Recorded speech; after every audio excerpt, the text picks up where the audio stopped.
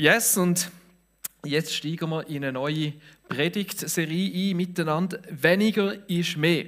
Und vielleicht hast du dich so, wo du das erste Mal gehört hast, gefragt, ja, ist das nicht eigentlich völliger Blödsinn? Einfach so eine coole Phrase, die man raushaut. Und vielleicht erlebst du in deinem Leben auch anders, oder? Weniger Möglichkeiten sind weniger Möglichkeiten. Weniger Freiheit ist weniger Freiheit. Weniger Aufträge sind weniger Aufträge und heisst weniger Arbeit und heisst vielleicht im Endeffekt weniger Geld. Weniger ist einfach weniger als mehr. Und grundsätzlich absolut richtig, oder? Die Aussage, weniger ist mehr, ist ein sogenanntes Oxymoron. Bin ich anschauen. Das ist eine Aussage, die rein logisch gesehen falsch ist. Und ist so rein von der Logik her betrachtet, ist sie falsch. Aber sie enthalten trotzdem eine gewisse Wahrheit, wenn man es richtig versteht. Nämlich in dem Fall möchte es eigentlich sagen, weniger ist manchmal besser als mehr. Nicht weniger ist mehr, sondern weniger ist manchmal besser als mehr. Und das hast du vielleicht in deinem Leben auch schon erlebt. Ich mag mich erinnern, ziemlich genau vor einem Jahr, 16. März 2020, Steffi und ich sind in Engelberg oder dort umeinander in den Bergen gewesen, mit so E-Bikes am Rumfräsen. Plötzlich Push-Notification auf dem Handy, Pressekonferenz, der Bundesrat beschließt den Lockdown. Und seitdem sind wir haben wir ein turbulentes Jahr hinter uns jetzt, oder jährt sich denn das Ganze. Mal haben wir mehr dürfen, mal haben wir weniger dürfen. Und ich bin mir absolut bewusst, wenn ich heute so eine Perspektive aus dem heraushebe, dass das nicht für alle gleich ist, dass es für die einen enorm herausfordernd ist, immer noch enorm herausfordernd ist. Interessant ist aber, dass es trotz der vielen Herausforderungen nicht für alle oder nicht in jedem Aspekt nur negativ ist. Während dem ersten Lockdown, ich weiß nicht, wieso es gegangen ist, aber plötzlich alle Termine sind weg. Plötzlich kein Programm mehr, plötzlich ganz viele Möglichkeiten oder Sachen, die wir sonst gemacht haben, die nicht mehr gegangen sind. Und plötzlich war das Leben weniger gefühlt. Wir hatten plötzlich mehr Zeit für andere Sachen. Mehr Zeit mit der Familie und mit den Kindern. Vielleicht hast du mehr Zeit daheim und ums Haus herum, um endlich mal ein paar Sachen zu machen. Mehr Zeit, weil unsere Agendas plötzlich alle leer sind und wir nicht mehr so haben müssen von Termin zu Termin rennen. Und auch wenn es einschneidend war und eingeschränkt hat, habe ich doch von vielen gehört, dass sie rückblickend die Zeit irgendwo durch auch als wohltuend erlebt haben. Einige haben mir gesagt, dass bei ihnen durch die Zeit wieder Sachen in den Fokus gerückt sind oder wieder möglich sind, die sonst zu kurz gekommen sind. Plötzlich mehr Kontakt mit den Nachbarn, vernachlässigte Hobbys wieder aufgreifen, endlich mal mehr lesen. Die Steffi hat das Zeichnen für sich wieder entdeckt und angefangen zu malen. Und so ist es gekommen, dass das weniger bei erstaunlicherweise vielen als eine Erleichterung auch wahrgenommen worden ist. Weniger ist plötzlich in gewissen Aspekten sogar mehr gewesen. Und ich habe von Einzelnen gehört, die mir sogar gesagt haben, hey, ganz ehrlich, der Lockdown ist ein Stück weit sogar fast meine Rettung gewesen, weil ich nicht wüsste, wie ich durch die Zeit sonst durchgekommen wäre, wo ich vorher drin war. Und auch von einigen habe ich gehört, dass in dieser Zeit bei ihnen nochmal so ein neues Momentum in ihre Beziehung mit Gott hineingekommen ist. Weil sie Zeit hatten, um die Bibel wieder zu führen, Zeit mit Gott verbracht haben in diesem Lockdown. Und ich frage mich, ob wir in dieser Zeit vielleicht ein bisschen etwas davon geschmückt haben, wie das Leben vielleicht doch auch noch sein könnte. Wie das Leben vielleicht sogar eigentlich ein Stück weit auch gedacht gewesen wäre. Eine Art und Weise von Leben, wo wir in der heutigen Gesellschaft schon fast nicht mehr kennen. Was wir erlebt haben, ist, dass unser Lebenstempo radikal runtergefahren worden ist.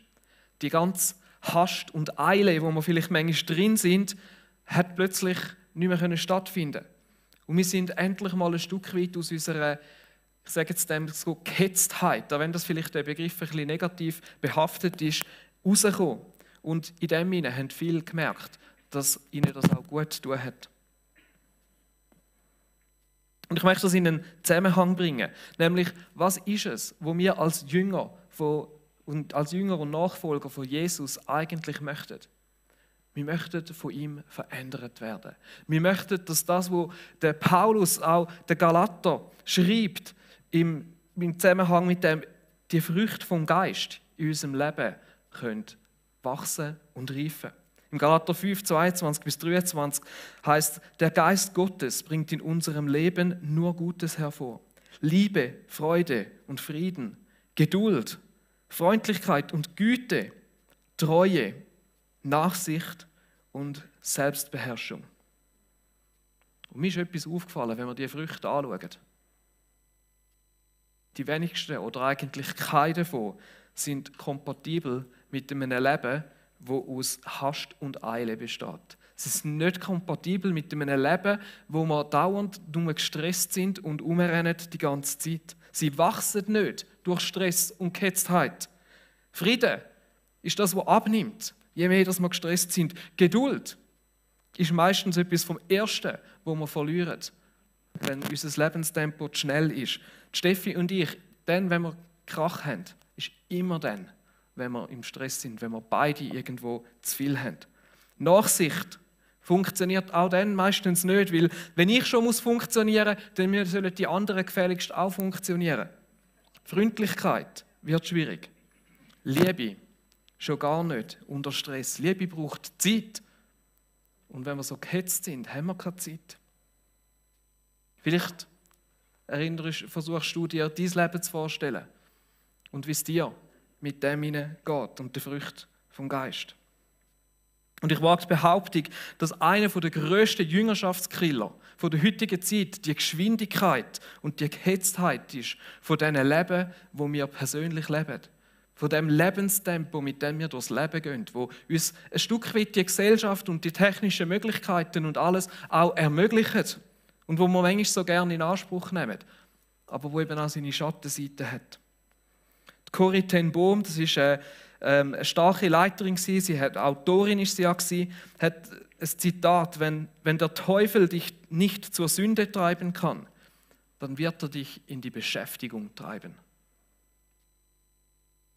Und es gibt viele andere Autoren oder Theologen, die ganz ähnliche Aussagen machen. Der C.S. Lewis in seinen Dienstanweisungen an einen Unterteufel, wo es darum geht, wie kann man Christen vom Glauben abhalten, sagt, du sie einfach beschäftigen, so fest es nur geht. Oder der berühmte Psychologe, der Carl Jung, hat gesagt, die Gehetztheit ist nicht vom Teufel, sondern die Gehetztheit ist der Teufel. Und es ist egal, oder, wie man es möchte ausdrücken, aber es ist mega viel was in dem inne. Ein Leben in Hast und Eile sabotiert unsere Verbundenheit mit Gott. Unser Bewusstsein für die Gegenwart Gottes nimmt ab, wenn wir uns dauernd im Stress befinden. Wir spüren Gott weniger, wir fühlen uns weniger mit ihm verbunden. Wenn du jemand bist, der sagt, hey, mir geht es manchmal genauso, dass ich Gott irgendwo nicht mehr spüre, dass ich mich irgendwo nicht mit ihm verbunden fühle, dann könnte es mit dem zu tun haben, dass vielleicht dein Lebenstempo irgendwo zu hoch ist und du in dem ganzen Drive, wo du hast, irgendwo die Verbindung mit Gott nicht mehr richtig kannst herstellen. Das Ziel, das wir mit dieser Serie haben, ist, dass wir von Jesus lernen möchten. Wie so ein Leben kann aussehen, das von der Frucht von Gottes Geist geprägt ist. Ein Leben, das uns nicht konstant überfordert oder am Rand von einem Burnout bringt, sondern ein Leben, wo wir die Früchte empfangen können, wo Frieden in unserem Leben ist, wo Liebe sich entfalten kann, wo Geduld, Nachsicht und so weiter, all das kann wachsen. Und mein Wunsch und vielleicht auch die Challenge an jeden Einzelnen von uns ist, dass wir versuchen, in dieser Serie wirklich ehrlich anzuschauen. Einen ehrlichen Blick auf unser Leben zu schauen. Mal reflektieren und uns überlegen, hey, wo ist es vielleicht in meinem Leben dran, zum Raum zu schaffen. Und jetzt muss ich einen kleinen Einschub machen. Oder ich bin mir bewusst, ich habe da mit dem Lockdown angefangen und wie befreiend, dass wir das erlebt haben. Und wir sind ja jetzt auch in einem Lockdown und ich muss ehrlich sagen, ich erlebe es aktuell nicht so. Und wahrscheinlich, und das, was ich so von vielen höre, ist, dass wir es aktuell eigentlich die Schnauze eher voll haben und sagen, jetzt wäre es dann langsam Zeit, dass sich das wieder ändert. Mir geht es ähnlich. Und da kann man sich ja schon fragen, ja, stimmt denn jetzt das nicht, was ich gesagt habe? Und ich habe dazu 2 Gedanken. Ich glaube, der eine grosse Unterschied ist, dass viele persönliche Treffen doch noch stattfinden können und wir so doch noch viel mehr unterwegs sind als vorher. Und das Zweite kann es sein, dass man den so sehr ersehnte vielleicht auch Freiraum oder eben den positiv erlebten Freiraum mittlerweile schon auch ganz gut nutzen. Dass wir Mittel und Wege gefunden haben, die zusätzliche Zeit, die wir haben, wieder zu füllen mit anderen Sachen. Ein paar Fakten, die für das sprechen. Oder wenn man anschaut, Netflix im letzten Jahr. 25% mehr Umsatz, 37 Millionen neue Abos allein im Jahr 2020. Spotify, TikTok, Disney Plus, all die Streamingdienste haben massiv zugelegt. Aber es gibt auch andere Branchen, die geboomt haben. Die Outdoor-Branche hat ein Rekordjahr gehabt, hat boomt wie nichts. Camping im Sommer, es war schwierig, einen Platz auf einem Campingplatz zu finden. Wenn du Fan bist von so VW California, dann ist jetzt der falsche Moment, einen zu kaufen, weil alle ausverkauft sind.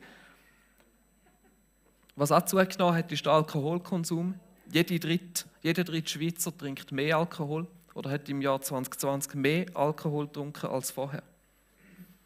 Also vielleicht haben wir den Freiraum auch einfach genutzt und angefangen mit Ersatzbefriedigungen zu füllen. Konsum, Abschalten, Netflix, Serienmarathon, Outdoor-Aktivitäten, rausgehen und so weiter. Und ich merke, das ist ein Herzensthema von mir. Die Serie ist wirklich ein Thema, das Steffi und mich schon länger beschäftigt, schon ein Stück weit mehrere Jahre, aber jetzt gerade in letzter Zeit nochmal ganz auf eine neue Art und Weise. Und zum einen will ich selber Vollgas in dieser Thematik drinstecken und ich in dem Sinne auch für mich predige, wenn ich heute zu euch predige. Weil, eben, ich habe es vorher gesagt, Steffi und ich, wir erleben dann die Früchte vom Heiligen Geist nicht, wenn wir gestresst sind, wenn wir zu viel haben. Dann kommt Ungeduldigkeit, dann kommt die Lieblosigkeit in unser Leben hinein. Und immer wieder merke ich, wie meine Beziehung zu Gott leidet, wenn ich zu viel oben habe. Aber ein anderer Grund ist, dass ich wirklich auch in vielen Gesprächen mit anderen merke, dass ich bei weitem nicht der Einzige bin. Und dass es vielen Menschen so geht, unabhängig von Alter und Lebenssituation. Und vielleicht kann es sein, dass es in der jüngeren Generation noch ein bisschen stärker so ist, weil wir vielleicht noch ein bisschen mehr vernetzter, noch ein bisschen digitaler unterwegs sind. Und ich glaube, es ist jetzt der Zeitpunkt, um etwas dagegen zu unternehmen. Weil so langsam zeichnet sich ab, dass die Pandemie irgendwann ein Ende haben wird, dass sich das Leben wieder normalisiert. Und ich glaube, die Frage, die wir uns stellen müssen, ist, wollen wir wirklich, dass alles wieder genau gleich ist wie vorher? Und ich glaube, dass jetzt der richtige Zeitpunkt ist, dass wir uns Gedanken machen und entscheiden, wie unser Leben nach Corona soll aussehen soll. Ob es genau gleich gestresst und schnell und alles soll weitergehen oder ob wir etwas ändern. Und wenn wir es ändern möchten, dann glaube ich, ist jetzt der richtige Zeitpunkt. Weil jetzt die Situation noch anders ist, weil wir jetzt noch anschauen und uns überlegen, wie soll es nachher weitergehen. Jetzt ist der beste Zeitpunkt. Und ich glaube wirklich, dass wir reden in diesem Jahr ja vom Thema Momentum des Allmächtigen. Und dass vielleicht das also ein Kairos ist, der gottgegebene Zeitpunkt, der richtige Zeitpunkt, um etwas in deinem Leben zu verändern. Und ich glaube, dass diese Serie in unserem Leben so wie kann auch ein Schlüsselmoment sein, wenn du merkst, es ist eine Thematik, die dich betrifft. Und mir ist wichtig, in dieser Serie möchten wir nicht einfach ein paar praktische Lebenstipps weitergeben, sondern wir wollen, wie sich das für Jünger von Jesus gehört, ihn als Vorbild anschauen und von ihm lernen. Und oft, wenn wir sagen, wir wollen von Jesus lernen, dann konzentrieren wir uns so auf das, was Jesus gelehrt hat, was er gesagt hat. Aber es gibt auch so ein zwischen den Zielen von Jesus, wo wir in der Bibel sehen, wie das er gelebt hat, wie das er unterwegs war. Und wir wollen in dieser Serie auch speziell das anschauen. Wie ist Jesus unterwegs gewesen? Und werden sehen, dass er so gewisse Gewohnheiten hatte, wie er gelebt hat, die für uns heute brandaktuell sein können. So, man kann auch sagen, geistliche Disziplinen. Und ich glaube, wenn wir das so zusammenfassen, dann über die ganze Serie ist eben der Titel sehr treffend, dass es oft darum geht, dass weniger mehr ist. Weniger von dem, was uns hindert und mehr von dem, was Jesus uns vorgelebt hat. Und wir möchten jeden Sonntag in dieser Serie so eine geistliche Gewohnheit anschauen und uns damit beschäftigen, was sie in unserem Leben bringen können. Und es geht nicht darum, einfach noch mehr zu machen, sondern ihr merkt, weniger ist mehr. Und das bedeutet, dass wir uns auch überlegen müssen, was vielleicht weniger Platz hat in unserem Leben. Und mein Aufruf ist, dass wenn du merkst, dass das ein Thema ist, das dich beschäftigt, dass wir uns dafür entscheiden, nicht einfach nur zu hören, sondern wirklich umzusetzen. Und konkrete Schritte machen. Und eben nicht so eine Mogelpackung mit euch versuchen, jetzt einfach nochmal etwas mehr reinzuquetschen, das geht ja schon irgendwie, sondern vielleicht auch mal irgendwo einen harten Entscheid machen und sagen, mal, ich probiere jetzt das mal aus. Mindestens vielleicht für eine Zeit lang. Vielleicht auch einfach über die Zeitdauer von dieser Serie und schauen, wie es dir damit geht. Heute ist das Thema weniger Lärm, mehr Verbindung. Und wie gesagt, es betrifft mich selber. Manchmal wirkt all das um uns herum, all das, was läuft, wo wir drin sind, so wie ein riesiger Lärm, der sich auf meine Verbindung mit Gott auswirkt. Und es mir manchmal schwer macht, Gott näher zu sein. Und ich möchte das versuchen, in dieser Predigt so ein bisschen auch kreativ darzustellen. Vielleicht findet ihr euch ein bisschen in dem rein und haben da eine technische Hilfe, die mir hilft in dem. Probieren wir aus, ob es geht. Der Lärm von meinem Leben. Das Erste, was ich am Morgen höre, ist mein Wecker. Und dann heisst es sofort, aufstehen, Joni, du solltest arbeiten, zuerst aber noch duschen, föhnen, anlegen, Zähne putzen, müsste ich auch noch, dann möchte ich eigentlich Zeit mit Gott haben, Bibel lesen, ich bin im Bibelintensiv, das heisst 3 bis 4 Kapitel pro Tag lesen, beten möchte ich auch noch, dann kommt Arbeit, Sitzungen, E-Mails, 1000 Entscheidungen, wichtige Gespräche, das Telefon schellt, die Predigt sollte ich irgendwo zwischendurch noch vorbereiten, das Bibelintensiv muss ich vorbereiten, Meetingpakete erstellen, Strategie, Planung machen, die Homepage sollte updaten werden. Dann ist Corona, wieder neue Massnahmen, wieder eine neue Pressekonferenz. Was heisst jetzt das alles wieder? Ich muss alles wieder ändern, organisieren, erklären. Wie machen wir den Worship am Sonntag? Alles organisieren, schlau kommunizieren, müssen wir es auch noch. Diskussionen über Sinn und Unsinn von diesen ganzen Sachen führen. Dann habe ich persönliche Kontakte, meine Ehe. Ich möchte wieder mal eine Date-Night haben. WhatsApp-Chats, die ich beantworten sollte. Ein Bier mit Freunden, die ich mitnehmen. Nachbarn habe ich. Meine Mami läutet wieder mal an und sagt, hey, was läuft eigentlich bei dir? Ich höre nie etwas von dir. Götti-Kind geschenkt. Sport sollte ich machen. Geniessen, aber wieder dran. News sollte ich schauen. Am Ball bleiben. Abstimmung ist heute noch. Und es ist ein riesen Lärm und wird mehr und mehr und mehr. Und eigentlich möchtest du nur noch sagen, Stopp!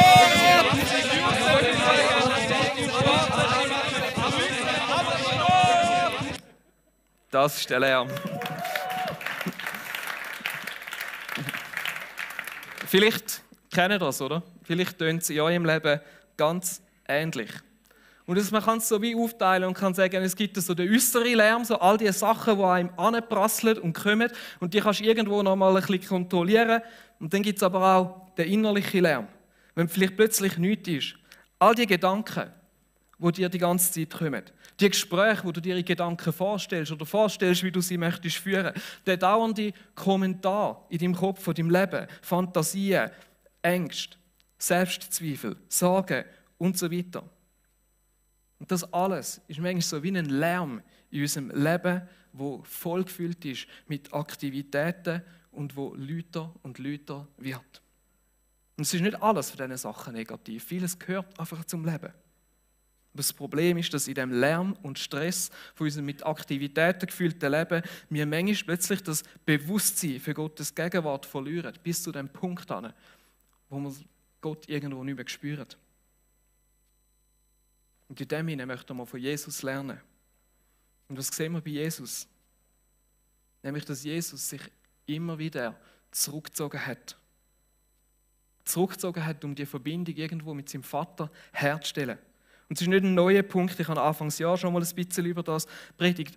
Aber es ist mega wichtig für unsere Beziehung mit Gott. Wenn wir im Markus-Evangelium schauen, dann fängt das an mit dem Start ins Ministry von Jesus. Wir lesen zuerst vom Johannes den Täufer, dann wie Jesus sich taufen lassen hat und wie der Vater im Himmel ihn bestätigt und sagt, das ist mein geliebter Sohn. Und dann geht es eigentlich los. Dann könnte Jesus jetzt richtig loslegen. Schließlich ist er 30 und bis dahin hat er noch nicht so viel gemacht. Aber was macht er als erstes? Markus 1, 12 bis 13 heißt: Unmittelbar danach führte der Gottesgeist Jesus in die Wüste. Dort, in der Einsamkeit, hielt er sich 40 Tage lang auf. Und Wüste, das Wort heißt im Griechischen Eremos und bedeutet gleichzeitig Einsamkeit, Abgeschiedenheit, Ruhe. Und wenn wir lesen, wie Jesus sich zurückgezogen hat, das lesen wir an verschiedensten Orten im Neuen Testament, dann ist das Wort, das dort benutzt wird. Und Wüste ist also nicht einfach nur physikalisch ein Ort, wo es viel Sand hat und heiß ist, sondern ein Ort, wo dir Gott möchte begegnen, eine Abgeschiedenheit. Wir sehen das im Volk Gottes, ist Gott in der Wüste begegnet. Der Mose ist Gott in der Wüste begegnet. Und trotz all den Herausforderungen, die die Wüste mit sich bringt, ist es ein Ort, wo Gott uns möchte begegnen. Und Jesus hat sich als erstes 40 Tage zurückgezogen. In dieser Zeit ist er auch versucht worden. Und ich weiß nicht, vielleicht hat sich der Teufel einfach einen guten Zeitpunkt ausgesucht, aber vielleicht ist es auch umgekehrt herum, dass Jesus die 40 Tage in der Wüste gebraucht hat, um mit seinem Vater so verbunden zu sein, dass er auf die Begegnung mit Satan vorbereitet war. Dass er am Ankläger in dieser Situation widerstehen und die richtigen Antworten geben.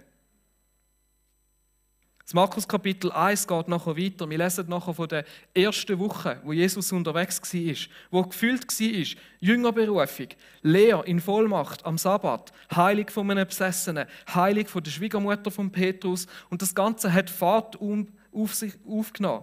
Die Menschen haben sich versammelt um Jesus. Aus den umliegenden Gegenden sind alle gekommen und haben sich bei ihm vor dem Haus versammelt. Kranke sind gebracht worden, Besessene sind gebracht worden.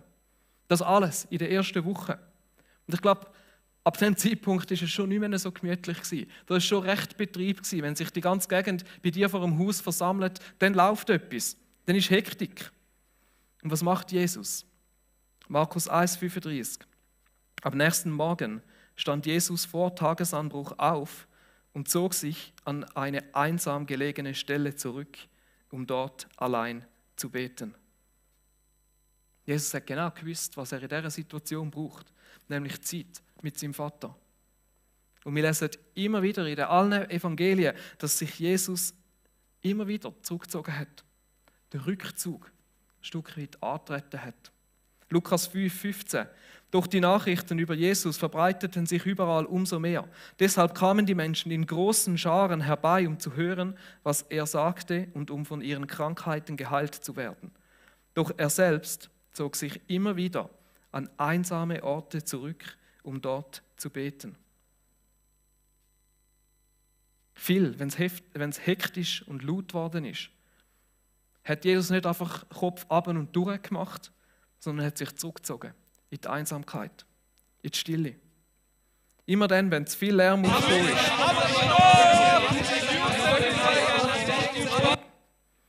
hat er sich in die Stille zurückgezogen. Warum?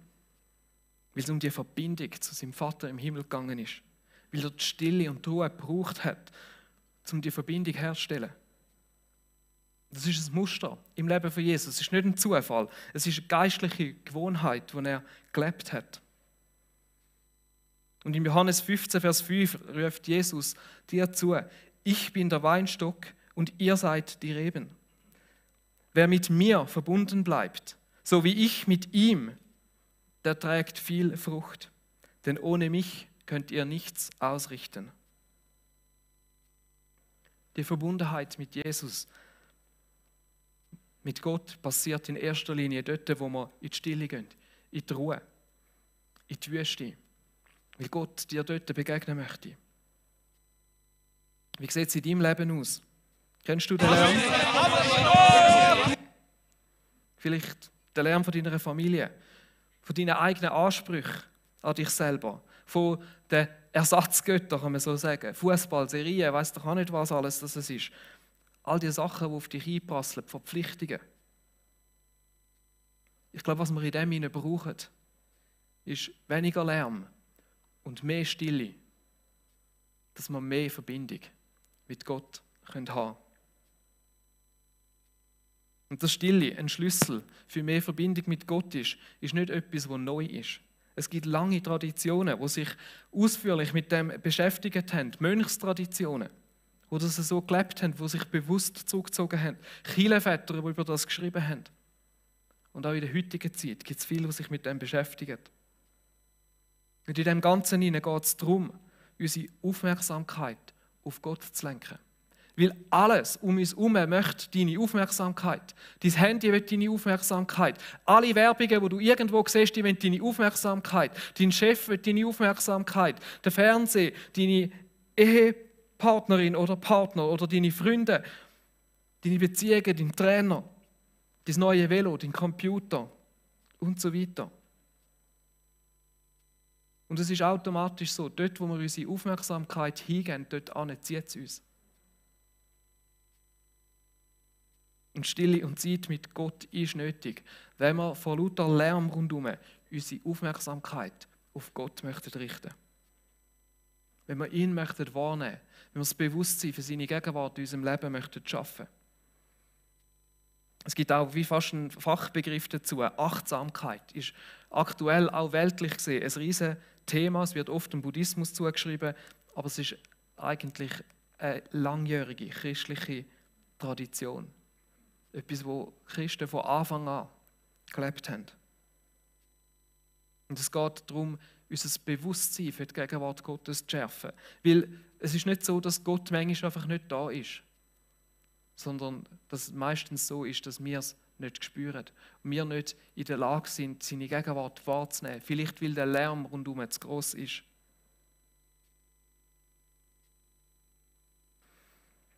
Und der Rückzug in die Stille und die Abgeschiedenheit, die ungebrochene Aufmerksamkeit auf Gott, die hilft dir, seine Gegenwart wahrzunehmen.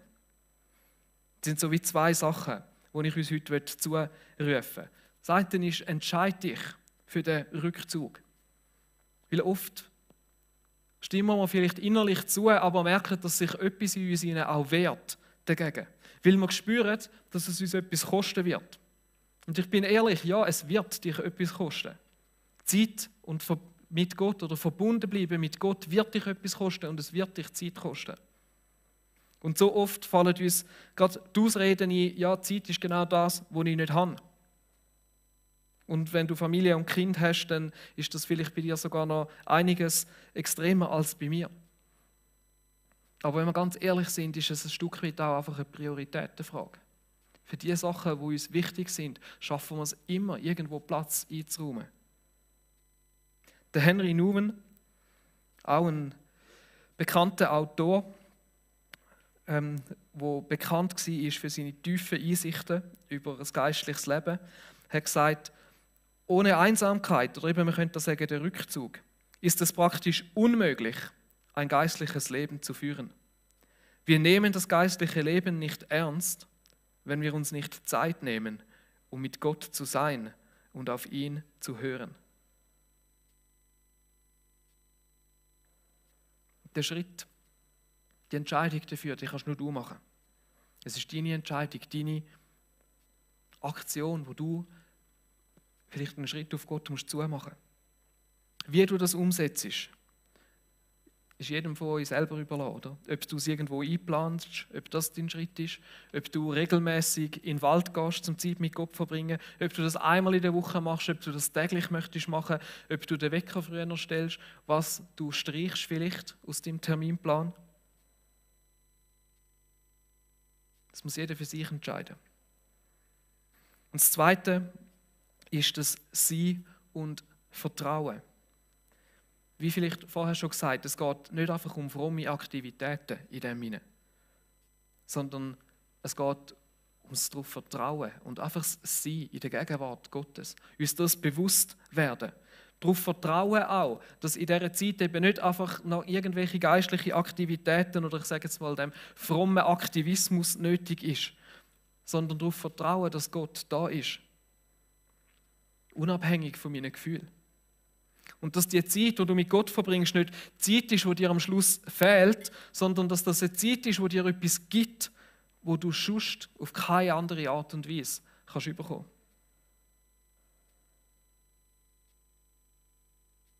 Und das ist mir so wichtig, dass es nicht Zeit ist, wo wir verlieren, sondern im Gegenteil, es ist Zeit, wo wir etwas gewinnen.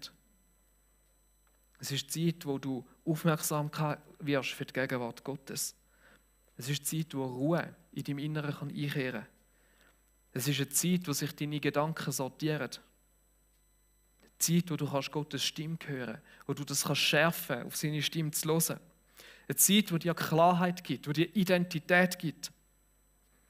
Eine Zeit, wo der Lärm in deinem Kopf, du vielleicht musst lernen, ein Stück weit aushalten, aber wo er dann eben nachher zur Ruhe kommt, wenn du ihn Gott angeben kannst. Das ist doch genau das, was wir möchten. Ich möchte das haben in meinem Leben hinein. Und das ist der Schluss von dieser Message heute, dass wir den Schritt wagen und sagen, ja, ich probiere es aus. Wir gehen 4 Sündige in dieser Serie, ist zweimal noch unterbrochen, einmal durch Ostern und einmal durch den Scheinsonntag, also wir haben 6 Wochen Zeit. Warum nicht jeden Sonntag sagen, hey, ich nehme jetzt etwas mit aus dieser Message und ich versuche das umzusetzen. Ich lasse vielleicht etwas anderes weg und probiere das in meinem Leben zu etablieren. Einfach mal für diese Zeit und schauen, was es dir macht. Andere fasten auf Ostern hin, vielleicht kannst du es sogar kombinieren. Ich möchte noch beten. Vielleicht, wenn wir da sind, stehen wir doch auf. Die Hause kommen in eine Position, wie es für euch passt.